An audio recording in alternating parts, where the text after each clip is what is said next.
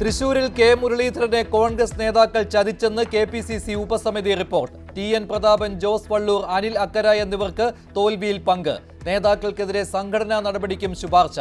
പുറത്തുവന്നത് യഥാർത്ഥ റിപ്പോർട്ടിലെ വിവരങ്ങളല്ലെന്ന് വി.ഡി. സതീശൻ. പീഡനക്കേസിൽ കുറ്റപത്രം നൽകിയിട്ടും മുകേഷിന്റെ രാജിക്ക് സമ്മർദ്ദം ചെലുത്താതെ പ്രതിപക്ഷം. പാർട്ടിയും മുകേഷും തീരുമാനിക്കട്ടെ എന്ന് വി.ഡി. സതീശൻ. സ്ത്രീപക്ഷ നിലപാടെടുക്കാൻ മടിച്ച് വനിതാ കമ്മീഷനും. ധാർമ്മികത മുകേഷ് തീരുമാനിക്കട്ടെ എന്ന് പി. സതീദേവി.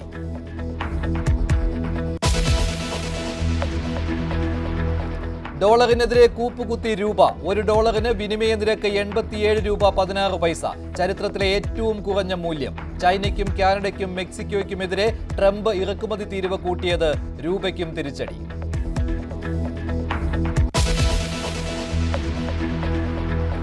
ഉന്നത കുലജാതൻ പരാമർശം പിൻവലിച്ചെങ്കിലും സുരേഷ് ഗോപിക്കെതിരെ നിലപാട് കടുപ്പിച്ച് LDFും UDFും. സംസ്ഥാന വ്യാപക പ്രതിഷേധമെന്ന് CPI.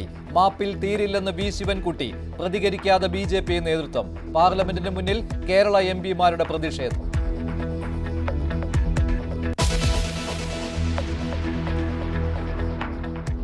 ധനുവച്ചപുരത്ത് നഴ്സിംഗ് അസിസ്റ്റന്റിന്റെ മരണത്തിലെ ദുരൂഹത നീക്കാൻ കല്ലറ തുറന്നു. പുറത്തെടുത്ത മൃതദേഹം പോസ്റ്റ്മോർട്ടം നടത്തി. അന്വേഷണം മകന്റെ പരാതിയിൽ.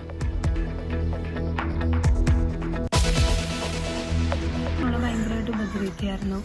അവള് കഴുത്തിനേറി പിടിക്കുകയൊക്കെ ചെയ്തിരുന്നു ഭയങ്കരമായിട്ട്. അതേപോലെ തന്നെ അടിക്കുകയും ഒക്കെ ചെയ്യുമായിരുന്നു. മാനസികമായിട്ട് ശാരീരികമായിട്ട് ഒരുപാട് അവളെ ബുദ്ധിമുട്ടിച്ചിട്ടുണ്ട്.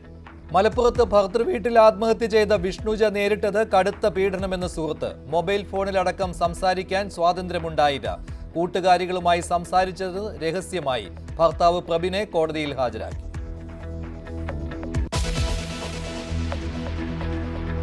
പിണറായിയെ പുകഴ്ത്തിയും മുഖ്യമന്ത്രിയുടെ ഓഫീസിനെ വിമർശിച്ചും വെള്ളാപ്പള്ളി നടേശൻ. മൂന്നാമതും അധികാരത്തിലെത്താൻ കഴിയുമെങ്കിലും ഓഫീസിലെ ചിലർ മുഖ്യമന്ത്രിക്കും പാർട്ടിക്കും സർക്കാരിനും കളങ്കം. ഈഴവർക്ക് പരിഗണന നൽകുന്നതിൽ തമ്മിൽ ഭേദം CPM എന്നും എഡിറ്റോറിയൽ.